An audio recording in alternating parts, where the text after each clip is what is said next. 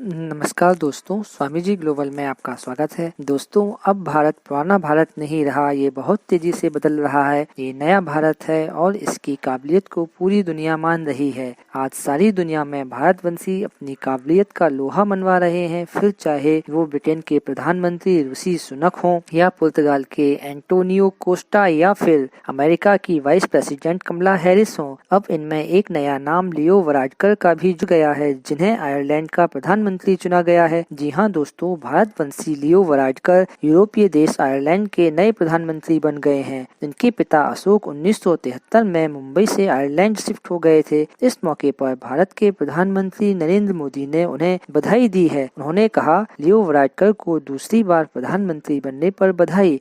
Ireland के साथ ऐतिहासिक संबंधों, साझा संवैधानिक मूल्यों और बहुआयामी सहयोग को मैं बहुत महत्व देता हूं। दोनों देशों की अर्थव्यवस्था को नई ऊंचाइयों पर पहुंचाने के लिए साथ मिलकर काम करेंगे। दोस्तों, 43 साल के लियो आयरलैंड के सबसे कम उम्र के प्रधानमंत्री हैं। 2017 में 38 साल की उम्र में वो पहली बार प्रधानमंत्री बने थे। उनका ये कार्यकाल 2020 तक चला था। उनका जन्म 18 जनवरी 1979 को आयरलैंड की राजधानी डबलिन में हुआ था। उनकी मां मरियम का संबंध आयरलैंड से ही था। दोस्तों, लियो वाराडकर अब तक 4 बार भारत आ चुके हैं और वह मराठी बोलना भी जानते हैं। मराठी बोलना उन्हें उनके पिता ने सिखाया है। दोस्तों, लियो का कम उम्र से ही पॉलिटिक्स में इंटरेस्ट था। उन्होंने छात्र जीवन में ही राजनीति में कदम बढ़ा दिए थे। साल 2007 में वो डबलिन वेस्ट से फाइन गेल के टिकट पर चुनाव जीते और काउंसलर बने। उस वक्त उनकी उम्र 24 साल थी। दोस्तों, लियो की मां मरियम नर्स का काम करती थी और उनके पिता अशोक भारतीय प्रवासी थे। वे पेशे से डॉक्टर थे और 1960 के दशक में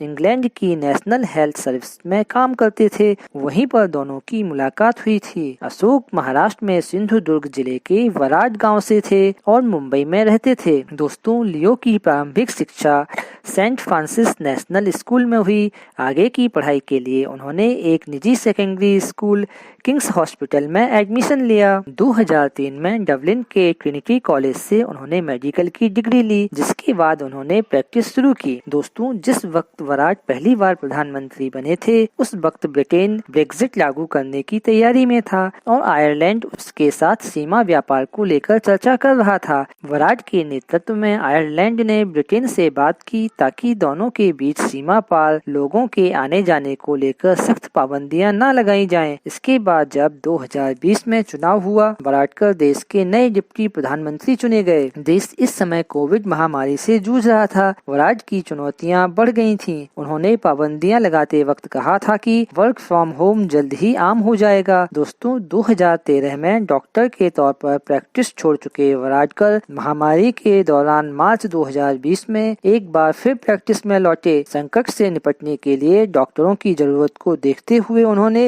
हफ्ते में एक बार लोगों का इलाज करने का फैसला किया था। इस दौरान वो फोन पर लोगों को सलाह देते थे। हम लियो वाराडकर को दूसरी बार आयरलैंड का प्रधानमंत्री बनने पर बधाई देते हैं और आशा करते हैं कि आयरलैंड और भारत के रिलेशन को वो नई ऊंचाइयों तक ले जाएंगे। धन्यवाद।